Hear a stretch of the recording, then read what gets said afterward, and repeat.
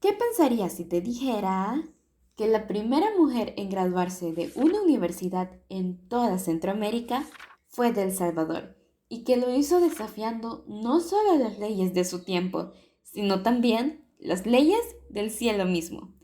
Esta es la historia de la doctora Antonia Navarro Hueso, una figura que parece sacada de una novela, cuya vida y voluntad de acero la llevaron a convertirse en la primera ingeniera de toda Iberoamérica, en una época en donde las mujeres ni siquiera lograban terminar la educación básica. Primero, hay que contextualizarnos un poquito. A finales del siglo XIX, El Salvador estaba cambiando rápidamente.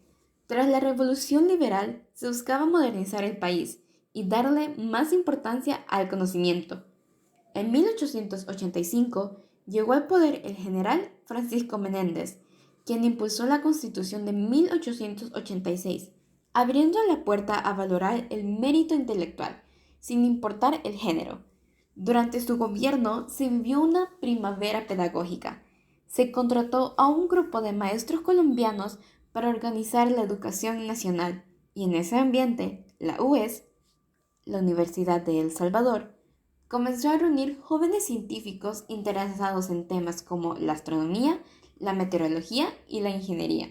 En medio de ese despertar cultural y científico, floreció la historia de María Antonia Navarro Hueso. Nació el 10 de agosto de 1870 en San Salvador, en una familia donde la ciencia no era un concepto lejano, sino parte de su vida diaria. Su padre, Belisario Navarro, trabajaba como boticario, una profesión que exigía conocimientos de química y botánica.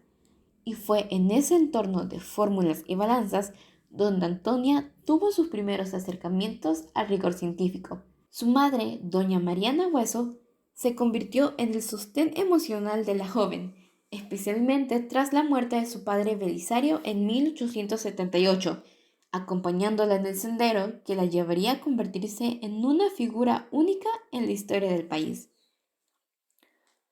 El camino hacia la universidad no fue lineal.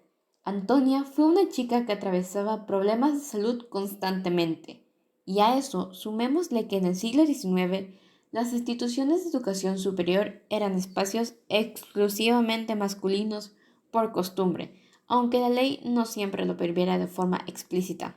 Es por eso que en 1886, con una valentía poco común para un adolescente de su época, Antonia elevó una petición al presidente Francisco Menéndez y solicitó una excepción educativa que le permitiera cursar sus estudios de doctorado desde su hogar, presentándose a la universidad únicamente para realizar los exámenes correspondientes. Menéndez reconoció el talento excepcional que ella tenía y, alineado con su visión de una república moderna, respondió favorablemente mediante un acuerdo del Poder Ejecutivo el 11 de junio de 1886.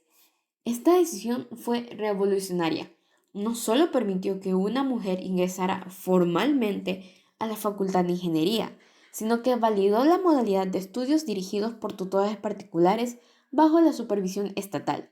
Gracias a esto, pudo formarse con rigor académico, sin poner en riesgo su frágil integridad física en los desplazamientos por la capital. Antonia, apodada cariñosamente Toña por sus mentores, no defraudó.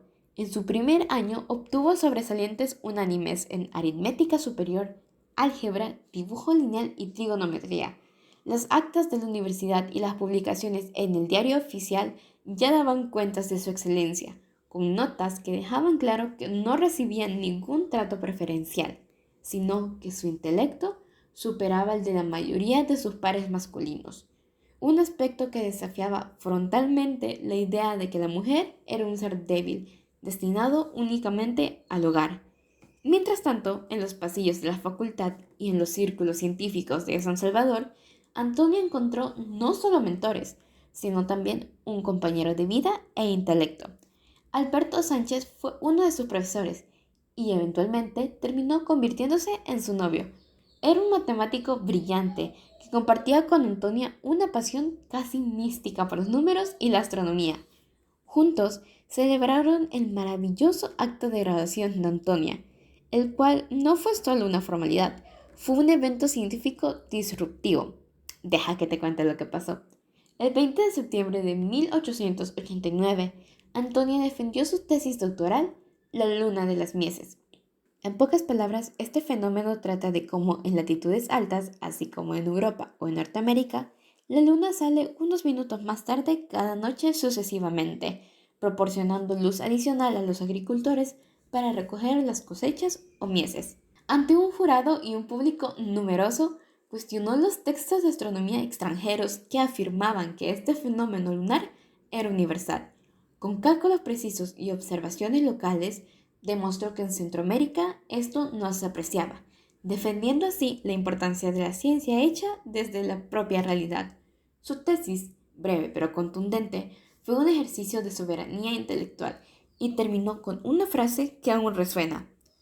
La famosa luna de las Mieses es un fenómeno ilusorio para nosotros y para la mayor parte de los países de la Tierra. La defensa fue un éxito rotundo. Recibió el título de doctora en ingeniería tipográfica por unanimidad y la prensa la celebró como la primera doctora salvadoreña y sobre todo como símbolo de la conquista de la mujer en el saber. Su tesis, breve pero contundente, fue un ejercicio de soberanía intelectual y terminó con una frase que aún resuena. La famosa luna de las Mieses es un fenómeno ilusorio para nosotros y para la mayor parte de los países de la Tierra. La defensa fue un éxito rotundo. Recibió el título de doctor en ingeniería topográfica por unanimidad y la prensa la celebró como la primera doctora salvadoreña y símbolo de la conquista de la mujer en el saber. La noche de su graduación, el presidente Francisco Menéndez ordenó que la banda marcial capitalina ofreciera un concierto frente al domicilio de la nueva doctora. Hubo cenas, bailes y felicitaciones de las figuras más prominentes del país, como los doctores Manuel Delgado y Luciano Hernández. Además, el poeta Adolfo Castro incluso le dedicó una composición donde la llamaba ingeniera hermosa e ingeniosa, destacando que empezaba la carrera de la vida fatigosa. Sin embargo, detrás de los aplausos se escondía una realidad bastante amarga. A pesar de su título histórico, a Antonia no se le permitió ejercer su profesión de ingeniera en obras públicas ni ocupar una cátedra en la UES. El sistema liberal, que había permitido su graduación como trofeo de modernidad, no estaba dispuesto a romper las estructuras laborales que reservaban el mando para los hombres. Su carrera profesional se vio limitada a trabajar como profesora y examinadora en el Instituto Normal de Señoritas y el Liceo Salvadoreño. Fue, en palabras de sus contemporáneos, un ingeniero con faldas, que solo podía enseñar, pero no construir. La vida de Antonia, como el fenómeno astronómico que estudió, fue brillante, pero fugaz.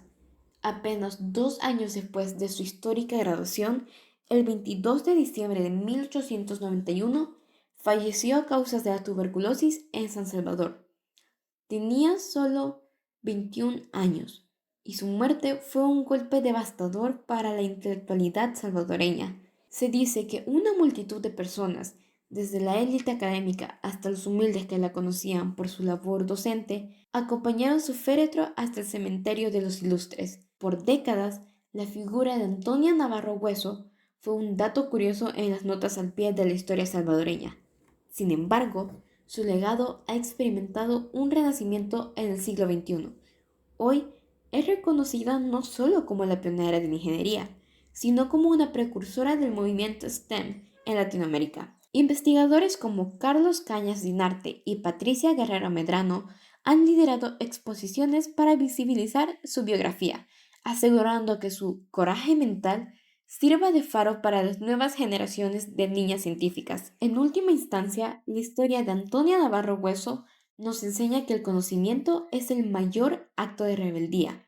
¿Qué pensaría ella hoy al ver a miles de mujeres salvadoreñas graduarse de todas las áreas de la ciencia?